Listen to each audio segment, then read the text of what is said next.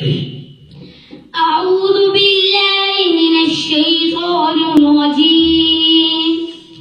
بسم الله الرحمن الرحيم. لن تنالوا البر حتى تنفقوا مما تحبون وما تنفقوا من شيء فإن الله به عليم.